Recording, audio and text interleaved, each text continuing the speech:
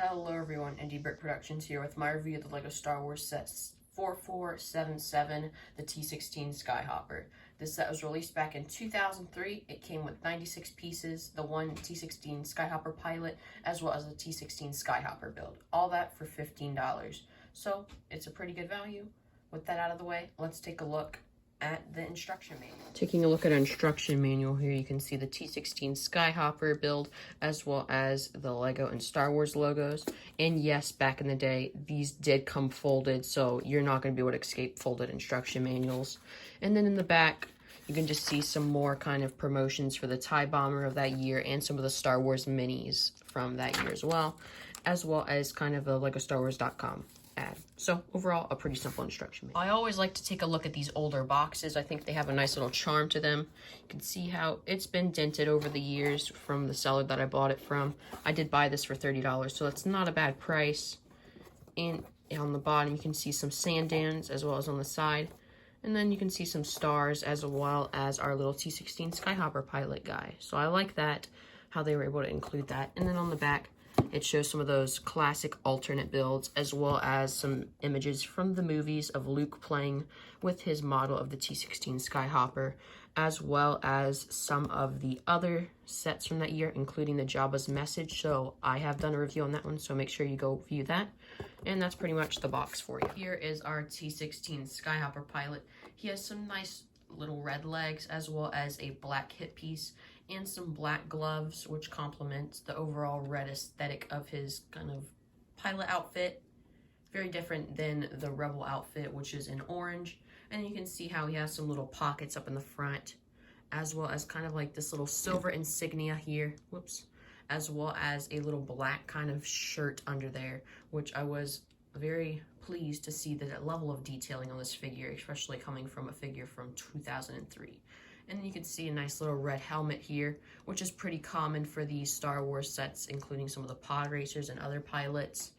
And I like this one because I don't really see these red helmets a lot. And then you can also see he has a yellow face with kind of some printed on black kind of goggles, which kind of look a little silly, as well as a little kind of mouth there, kind of almost frowning a bit. And the face almost looks similar to the Scout Trooper from 1999 and those earlier years of LEGO Star Wars. So overall, a pretty nice figure. Taking a look at the T-16 Skyhopper build itself, at the bottom here you can kind of see this little easily made assembly down here to kind of hold this cannon at the bottom, as well as some like kind of jutting out studs here, which kind of help or show like these wings, how like you can position them down so that it can fly.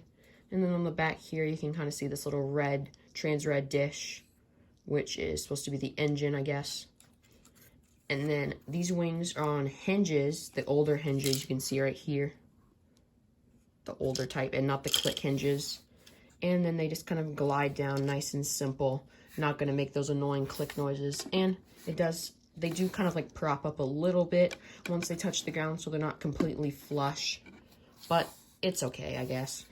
And then you can see some little cannons on each side, as well as on the sides here, you can kind of see these little yellow markings and these red kind of phoenix. Oh, no, I don't think that's really a phoenix. More like a sphinx. That's the word I'm looking for there. And then you can also see these nice slope details, as well as, if you can see in there, a little control panel, if it's going to focus. Nope. All right. And then all on the same side as well, or on the different side, you can see the same detailing. And if you actually want to take your little pilot, what you can do is this whole back assembly kind of folds up. This whole wing just folds up. You can see some nice printed detailing right here with the red and some little dots, just to show some technical bits, kind of just how it's kind of almost built for the landing craft of 2007. And you just pop them in there in a seated position, and then this can pop on down, and you can have them flying around. So I do think this would have been fun for kids back in the day. And if you actually want to pop this back open again, you can actually see in there, you can see a little blaster with the older styles. And what pops out is a mine of binoculars, as well as a older style gun for your little pilots here. And you can so very easily just put these in to have them kind of just like on the ground if he ever encounters any Tusken Raiders, so that he can fight them off. So that's pretty much the build of the set. So my overall opinion on the set is, if you really want to buy it and you have a nostalgic love for this set, I'd say go ahead and buy it. I would say don't buy if it is over $30 sealed. I just don't find it to be like that interesting of a ship, especially.